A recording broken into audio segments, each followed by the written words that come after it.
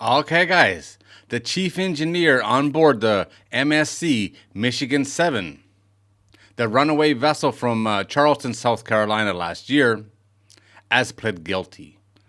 And there's the story from the Maritime Executive, which was published on the 19th of September, 2025.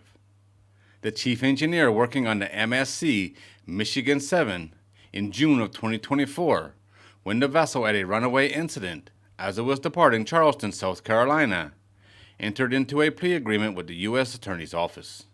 In filing the agreement in the U.S. District Court in South Carolina, the U.S. Attorney's Office revealed the litany of problems on board the vessel, which the crew was dealing with before the governor controlling the main engine failed on June the 5th, causing the vessel to reach a speed up to 17 knots, more than twice the legal limit in Charleston Harbor.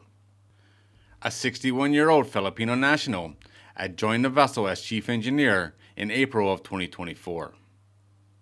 Under the terms of the agreement, he agrees to plead guilty to one count that he failed to report a hazardous condition to the U.S. Coast Guard when the ship arrived in South Carolina, and a second charge that he obstructed the investigation after the incident by giving false information to the U.S. Coast Guard and the NTSB investigators, as well as instructing another engineer to not tell the investigators about the actions taken on board the vessel that caused the incident. Further, they report that the pilot had not been advised of any mechanical issues with the vessel. The MSC Michigan 7 was built in 2000, and at the time of the incident, she was registered in Liberia. Databases show that she started operating for MSC in 2022.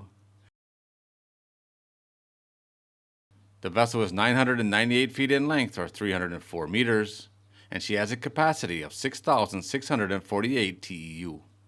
The chief engineer was only given a 5-hour handover briefing when he joined the vessel, which they call insignificant, for him to have obtained a complete picture of the status of the engine room and all the vessel's critical machinery.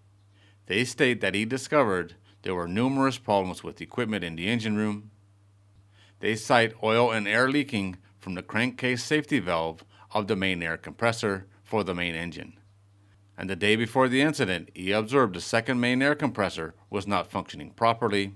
It could only achieve approximately 60% of its rated capacity.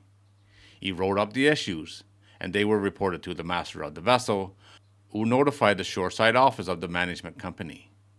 Other problems included a reduced capacity on the generators, meaning that many times the bow thrusters could not be used while maneuvering. The vessel's freshwater cooling system is also reported to have had a leak, and the cooling water for the lube oil system had developed a leak. As early as April of 2024, he was aware that the RPMs ordered by the bridge were not always being achieved on the main engine. The only way to achieve them was to manually adjust the length of the linkage rod between the governor and the fuel rack. They report that this was partly due to the poor condition of the main engine fuel injector system and leakages in the barrel and plungers when using low viscosity, low sulfur fuel. The main engine required more fuel to achieve the ordered RPMs when using the low viscosity fuel.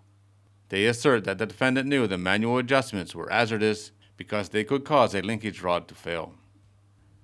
The MSC Michigan 7 was departing Charleston at midday on June 5, 2024. After completing a turn and starting its departure, the third engineer realized the main engine was not achieving the ordered RPMs. He leaves the control room to adjust the governor, and soon thereafter, the linkage rod disconnected from the governor. According to the court papers, the defendant tried several times unsuccessfully to reconnect the linkage rod. While a fitter was working to repair the rod, the ship became a runaway, unable to slow the main engine. Authorities ordered the main roadway bridge crossing the harbor to be closed and evacuated local beaches. As the ship sped out of the harbor, she caused more than $500,000 in damages along the shoreline. The crew was able to stop the engine by the time they exited the harbor. She anchored and was later brought back into port, where she was detained for 44 days by the U.S. Coast Guard. The following day, they wrote in a statement the fact that the defendant told investigators that the crew never adjusted the linkage rod and that only qualified technicians would adjust a linkage rod. Further, the court papers state that the defendant approached the vessel's fourth engineer, telling him to repeat the statements that they had not adjusted the rod.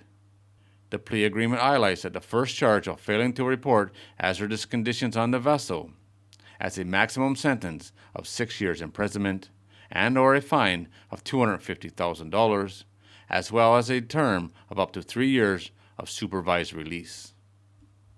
The charge of obstructing the proceedings also has a maximum sentence of 5 years imprisonment and/or a fine of $250,000, as well as up to 3 years supervised release. As of right now, there's been no date set for this man to be sentenced. We have no idea what's in the plea agreement, but he could have got up to 11 years in jail and a $500,000 fine for this. Probably all justified. But there's a plea agreement, so he'll probably get a lot less. Going to be interesting to find out what actually happens here. Alright guys, there it is. As always, thanks for watching. If you're new here and you like these kind of videos, don't forget to subscribe before you leave, and I'll see you on the next one.